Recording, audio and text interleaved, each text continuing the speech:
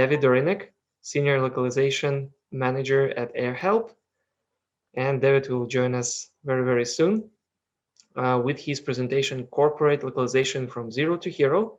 And David will tell us on how to set up localization tools and processes at a software company which used Excel spreadsheets translated by internals and freelancers, and then decided to move to integrated translation management system with continuous localization scenario. Hello, David. Hello, Max. Can you hear me? Yeah, I can hear you very well. How are you? I'm fine. I'm glad I can attend Lock from Home for the third time already, and You're this very time welcome. as a speaker. Cool. So, as I understand, the path that companies like the industry was having for years, you had to go through just probably with months or something like that, right? So from Excel Oh, spreadsheets to integrated scenarios, in it a was year. in a year. Well, it took Yeah, years for the industry to reach that point. yeah, exactly. Can you see my screen? Yeah, I can see your screen, so encourage you to start and giving the mic to you. Okay, perfect. The headline of this edition is Stronger by Sharing. So in my presentation, I will share my experiences as a localization manager coming to a more or less a startup company and my path to set its localization processes on the right tracks. Before I joined Airhelp to face this challenge, I worked for almost 5 years as a translation manager at BSH. So it was a Bosch subsidiary manufacturing home appliances. I also had my stints at SDI Media, where I took care of 2 TV channels, and Lionbridge. So these two were my experiences on the seller's side. I joined Airhelp with one simple goal. To ensure the highest standards of localization in the company. That was written on my job description. And I must say, I didn't start with nothing, so it's not entirely from zero to hero. There were processes and tools that proved useful until a certain point in time where they become hardly manageable or actually impossible to manage. So the initial situation looked as follows. Software strings were stored in GitHub, or WordPress contents were copied to Excel.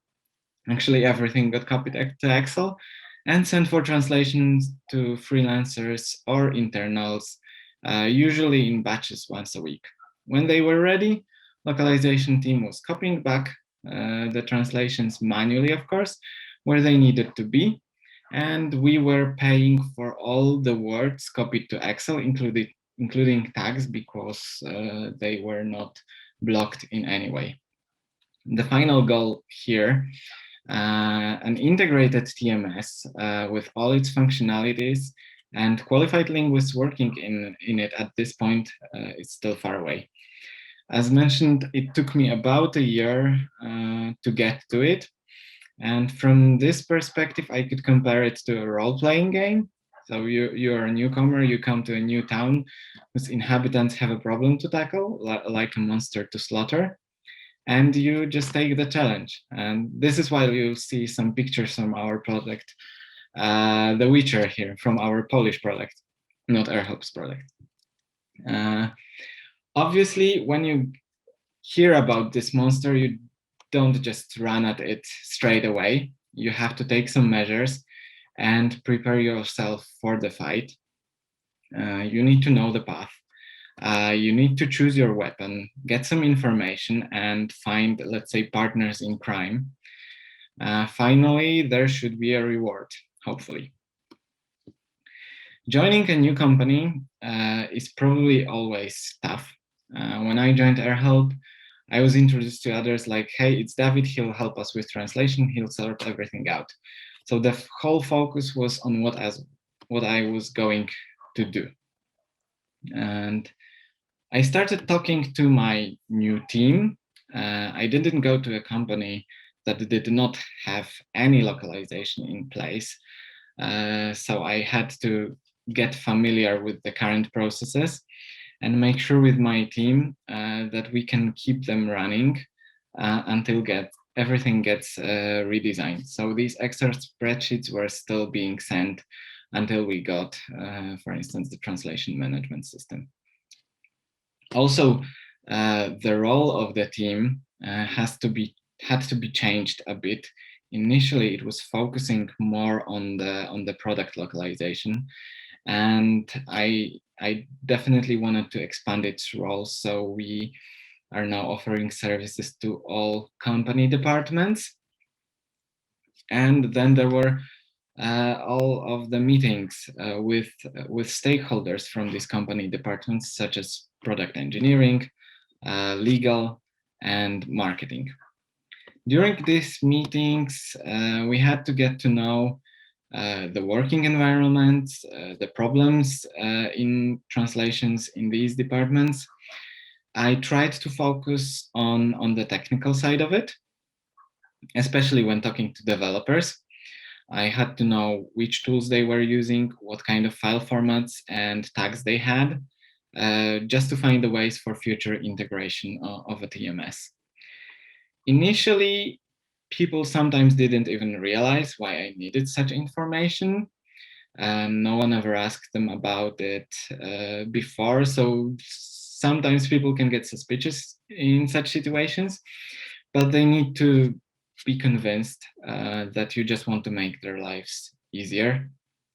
And even though you are supposed to bring positive changes, people tend to be reluctant to new stuff, and it's basically in their nature.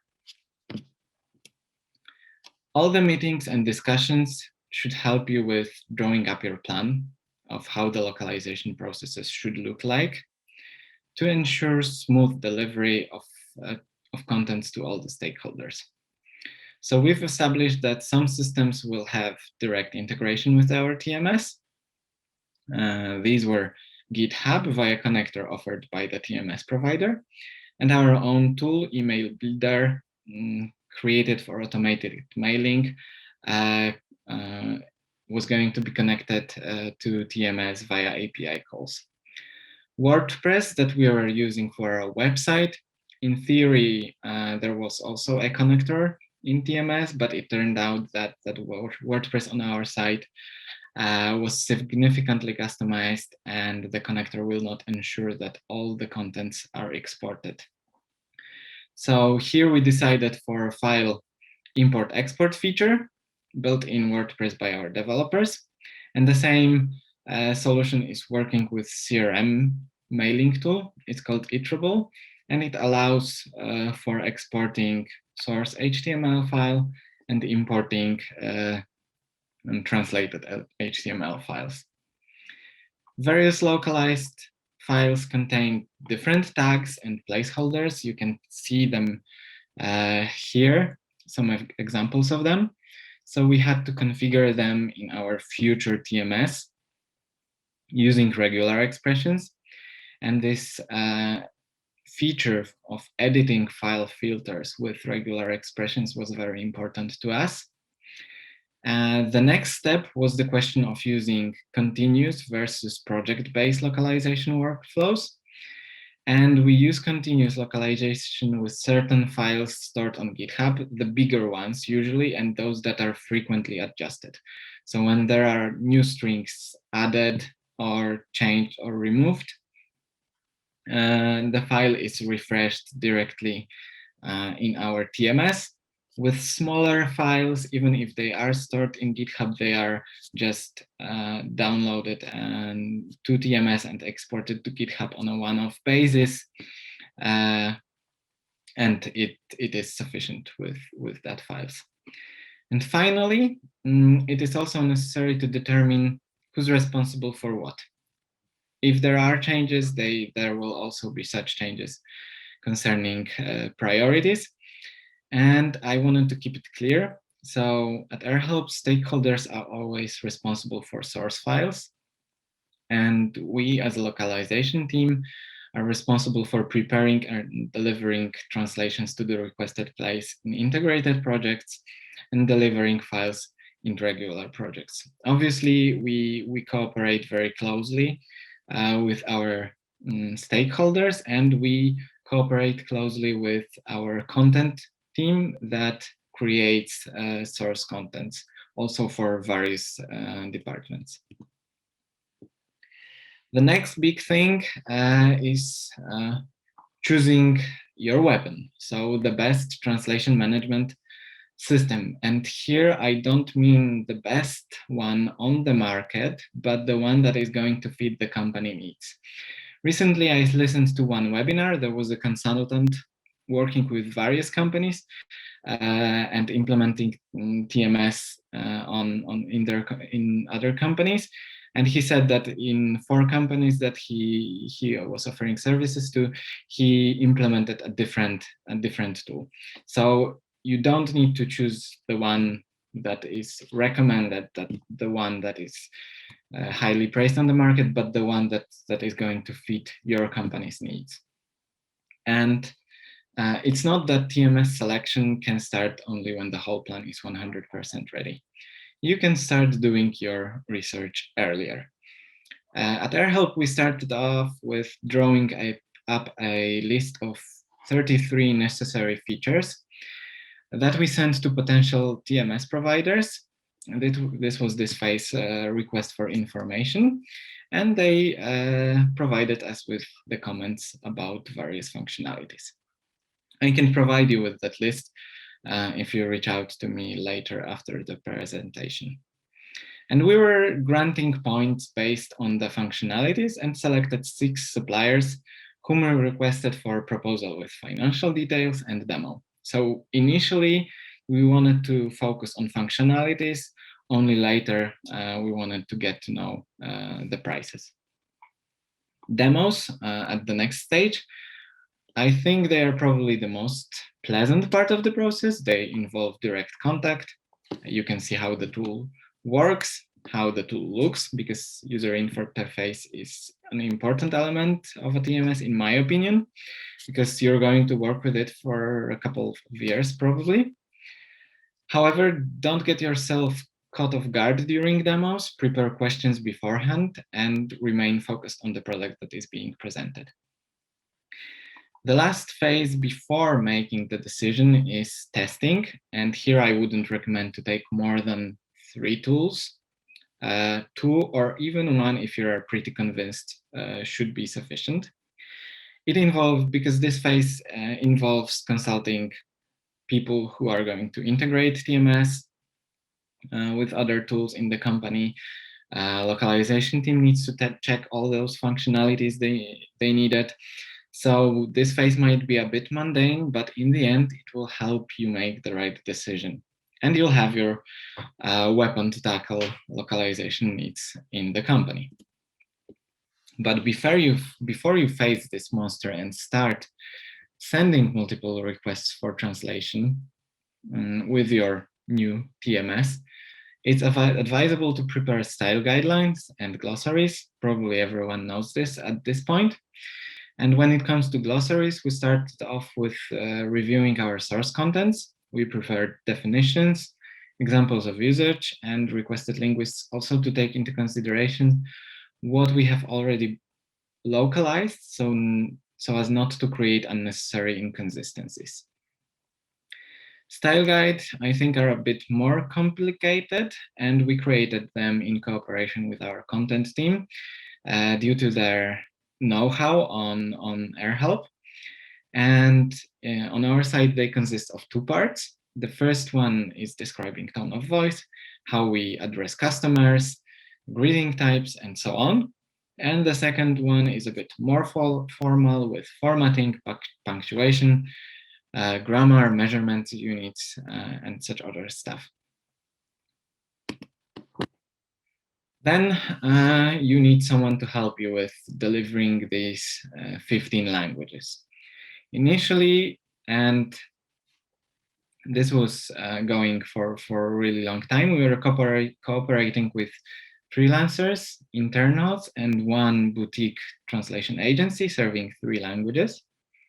And with 15 of them, we had to have at least 30 linguists, so translator and reviewer for every language.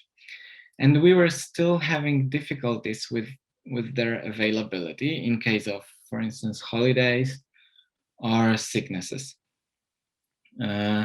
We had been working this way for half a year since implementing TMS, and it turned out that partner management, task, communication, and so on took us quite much of our capacity and hindered us from focusing on our clients. So the internal stakeholders to whom we should act as consultants, on whom we should focus. So at one point, we reached out to the translation agency we were cooperating with it and asked them if they wanted to expand the number of languages.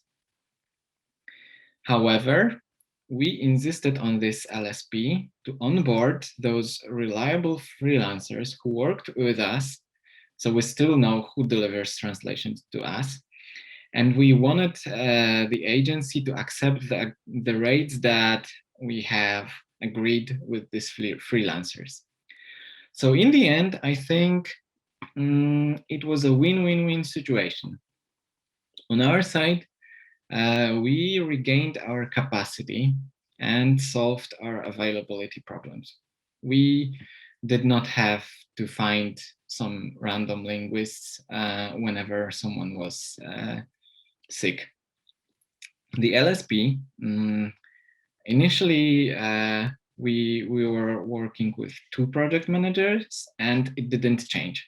So the LSP expanded their services, probably gained some more margin, and they're happy with that. And freelancers gained more work as this language service provider, this boutique agency, when they saw that they are effective and deliver quality translations, the agency offered them translations also from other accounts that they had. And coming back to internals, we still reach out to them from time to time, for instance, for feedback or with some internal review tasks. We value their internal know-how, but we also realize that they're involved with their regular tasks in operations or marketing departments because we never had an internal team of linguists delivering localization. These were usually native speakers from operations or marketing departments. And our cooperation is still valuable, but at the moment, rather occasional. So when you get to know the company, prepare a plan, implement a translation management system, draw up linguistic assets, find reliable linguists, I believe you're ready to handle localization in an efficient way, and this monster will not be as scary as it seemed so at the beginning. Initially, localization, which is always very subjective, can look chaotic, but with all these steps that we've taken, we are satisfied with our processes at the moment. Also, at a later point, we have written down those processes so that, for instance, newcomers in the team can have them available, or others from the company can check what we do easily in internal wiki. And when everything is up and running, you, or actually the company, can reap off the benefits. Obviously, at the beginning, you need to convince management to implement a TMS, but then you need to prove that it was beneficial, and the management needs to see the advantages of having a translation management system.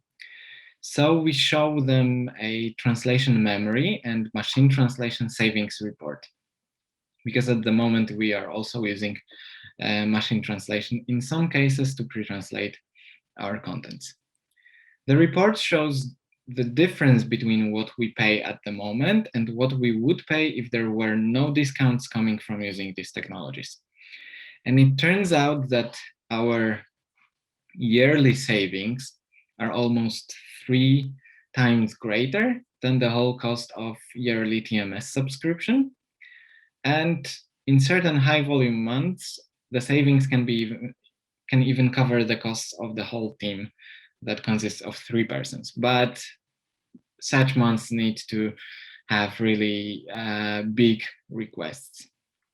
And these are the stories that management likes, but they will probably be setting the bar higher from time to time for you. And to bring in more money, recently we decided to try to sell our translation memories. Recently, such a platform became available where you can just upload a translation memory, put a price tag on it, and wait until some company processing data buys it. I think this platform will also be mentioned later today. And we hope that selling our bilingual data will bring us additional revenue, especially is important, especially in the COVID times.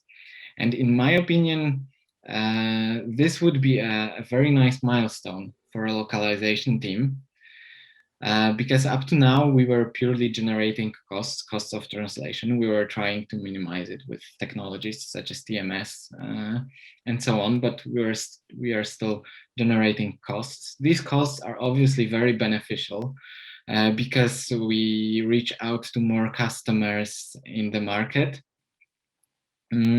But sometimes it is difficult to calculate whether you get more customers from a certain country thanks to the localized content or thanks to the marketing campaign that happens at the moment in that country. So the opportunity to bring in directly the money, like a cashback for for translations, I think it will increase the visibility of localization team and will be really nice to have. And I'm looking forward to see how it evolves with this platform. David, oh, okay, cool. Yeah, I was about to step in, just I'm leading to the end. Yeah, I'm glad I could share the story with you, even though it can be squeezed into this 30 minutes. I think we'll make it. It was more than one year, and I must say that this challenge is really enjoyable, and I had all the freedom to set everything up at Airhelp.